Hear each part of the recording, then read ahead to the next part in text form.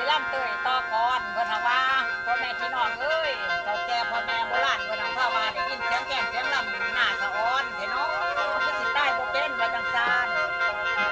มันก็ม่วนตัวละลำใครก็ด่าใครก็ผิดกัน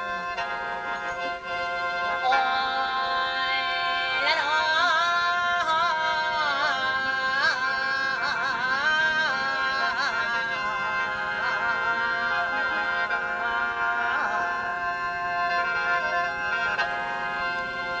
ป้าเอ้ยป้าน้องคอยยังได้ยินนำกันจันเพิ่นก็ว่าไปแล้วบัดนี้สิว่าป้าเอ้ยป้าห้องเสียว